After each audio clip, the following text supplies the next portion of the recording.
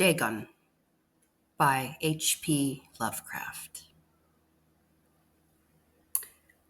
I am writing this under an appreciable mental strain, since by tonight I shall be no more. Penniless, and at the end of my supply of the drug which alone makes life endurable. I can bear the torture no longer, and shall cast myself from this garret window into the squalid street below. Do not think from my slavery to morphine that I am a weakling or a degenerate. When you have read these hastily scrawled pages, you may guess, though never fully realize, why it is I must have forgetfulness or death. It was in one of the most open and least frequented parts of the broad Pacific that the packet of which I was supercargo fell a victim to the German sea raider.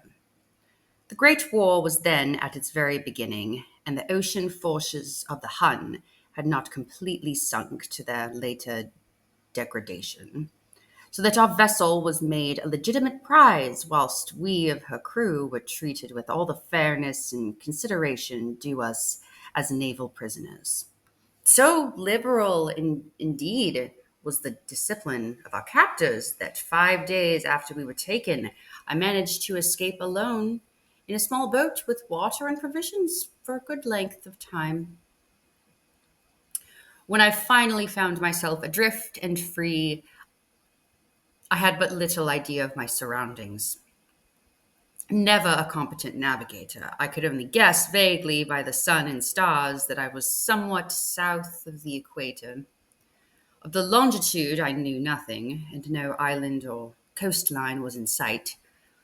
The weather kept fair, and for uncounted days I drifted aimless beneath the scorching sun, waiting either for some passing ship or to be cast on the shores of some habitable island.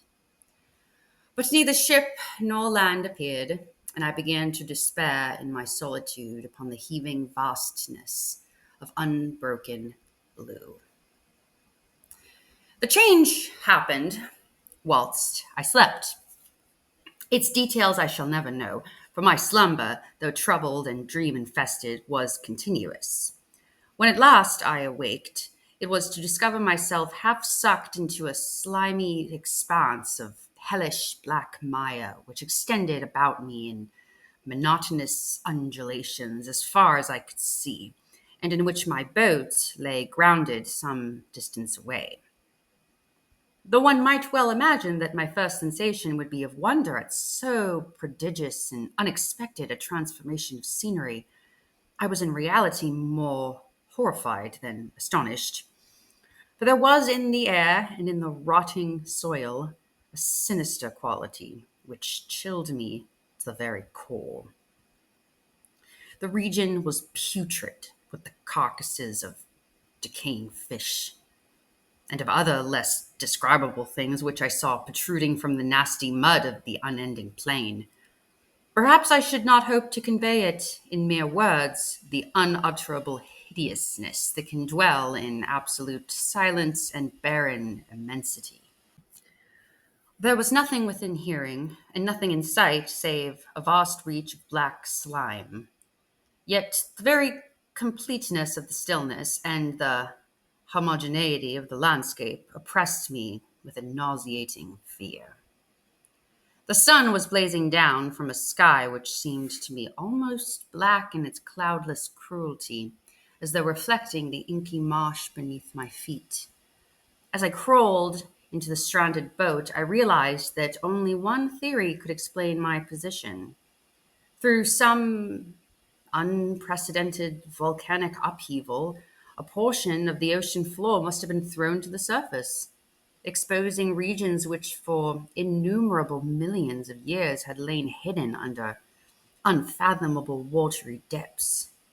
So great was the extent of the new land which had risen beneath me that I could not detect the faintest noise of the surging ocean, strain my ears as I might.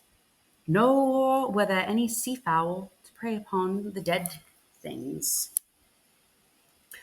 For several hours I sat thinking or brooding in the boat, which lay upon its side and afforded a slight shade as the sun moved across the heavens. As the day progressed, the ground lost some of its stickiness and seemed likely to dry sufficiently for traveling purposes in a short time. That night I slept but little, and the next day I made for myself a pack containing food and water, preparatory to an overland journey in search of the vanished sea and possible rescue. On the third morning, I found the soil dry enough to walk upon with ease. The odor of the fish was maddening, but I was too much concerned with graver things to mind so slight an evil and set out boldly for an unknown goal.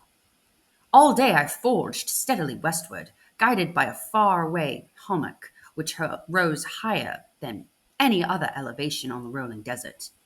That night I encamped, and on the following day still traveled towards the hummock, though that object seemed scarcely nearer than when I had first espied it.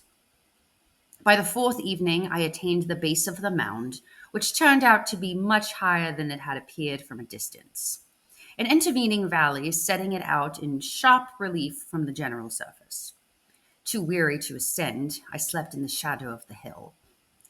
I know not why my dreams were so wild that night, but ere the waning and fantastically gibbous moon had risen far above the eastern plain, I was awake in a cold perspiration, determined to sleep no more.